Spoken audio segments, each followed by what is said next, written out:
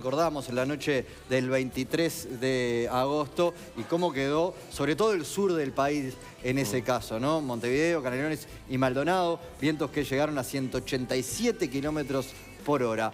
¿Hubo alerta de meteorología? No. Ninguno de los servicios meteorológicos del país, ni los públicos, y en este caso tampoco los privados, advirtieron de ese enorme temporal. La Dirección de Meteorología había anunciado a las 18 horas del día anterior la posibilidad de vientos fuertes, muy fuertes había dicho, pero que estimaba entre 40 y 60 kilómetros por hora. Es decir, 3 veces menos o 4 veces menos de lo que en definitiva pasó. En esa época todavía no estaban las advertencias de colores que vinieron después, y la empresa brasileña Metsul, que se hizo famosa desde ese día. En aquel momento se hizo famosa porque había pronosticado fenómenos similares a los que finalmente sucedieron. Hubo 8 muertos ese día, miles de árboles caídos, y sin duda que no se había previsto. Después, en los días siguientes, vinieron varias advertencias que no se cumplieron. Lo que decía Nore, después pasa lo contrario, ¿no? Pero para errarle, prefiero errarle por la prevención y no por lo otro. Y no por lo otro, aunque el riesgo es que te pase lo del pastorcito mentiroso.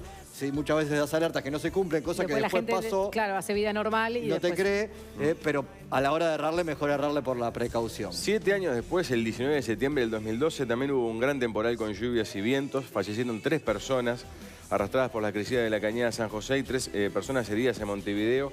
460 evacuadas, rutas cortadas, 400 árboles caídos. La tarde que será recordada como el día de la cuerda. De la cuerda a la Plaza Independencia para poder cruzar. Vientos de hasta 172 kilómetros por hora, 122 kilómetros por hora en Montevideo, que son esas imágenes. ¿Hubo alerta? La pregunta, bueno, Meteorología dio color naranja las primeras horas de ese día, pero a media mañana la intensidad de los vientos aumentó y se duplicó.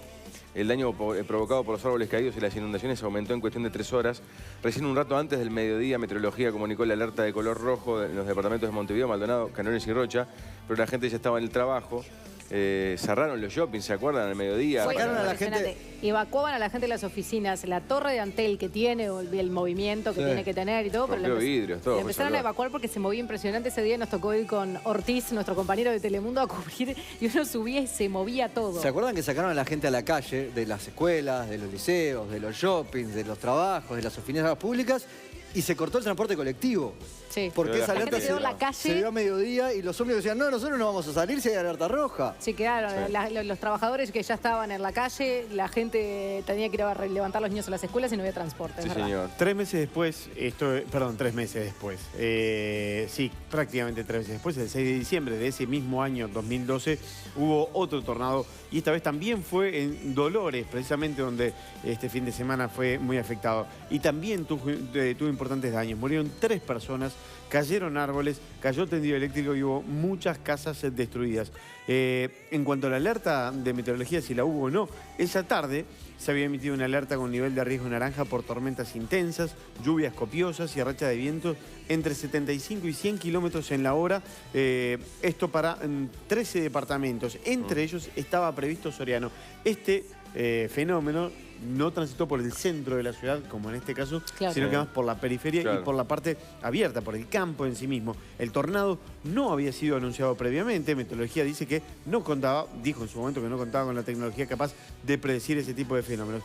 Tornado en Dolores con 3 muertos, recordemos, año 2012, y daños considerables. Sí. Febrero de 2014, Juan Miguel. Acá ya venimos a temas vinculados a temporales e inundaciones, 3.500 evacuados, eso hubo en ese momento, sobre todo en Durazno, ¿verdad? Y en Canelones, 24 rutas cortadas. El Instituto Nacional de Meteorología había emitido un informe especial a fines de mes de enero, ¿verdad? Estamos hablando del 4 de febrero, en el que anunciaba que a partir del sábado 1 de febrero se esperaban lluvias y tormentas intensas en todo el territorio nacional. El nivel de riesgo era amarillo y había subido a naranja un día antes de que se dieran las inundaciones. Metsul había sido más categórica otra vez. Algunos dicen que Metsul a veces hace pronósticos exagerados y después saca rédito cuando efectivamente ocurre, ¿no? Pero había hablado de emergencia meteorológica por volúmenes de lluvia extremos que efectivamente ocurrieron. Y en diciembre del año pasado, con nosotros ya al aire, recuerdan las inundaciones que fueron impresionantes. Uno a veces pierde la noción del tiempo, pero en diciembre del año pasado llegaron casi a 20.000 las personas desplazadas por las inundaciones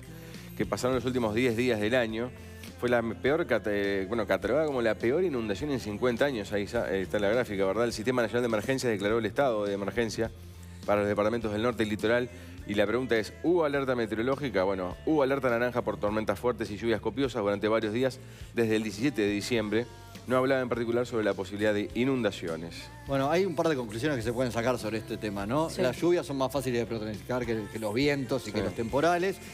Nos falta experiencia en este tipo de eventos porque lamentablemente están ocurriendo cada vez con más frecuencia y no era habitual. Nos falta experiencia en el manejo de la información también y tenemos un instituto de meteorología que todavía no cuenta con todos los elementos necesarios para, insistimos, dar pronósticos de calidad como los que se cuentan en el mundo. Pero después vamos a tener que hablar de por qué, para qué precisamos un instituto de meteorología, que no es para saber si salimos abrigados a la calle o no, y tiene mucho que ver con la producción del país. Muy bien.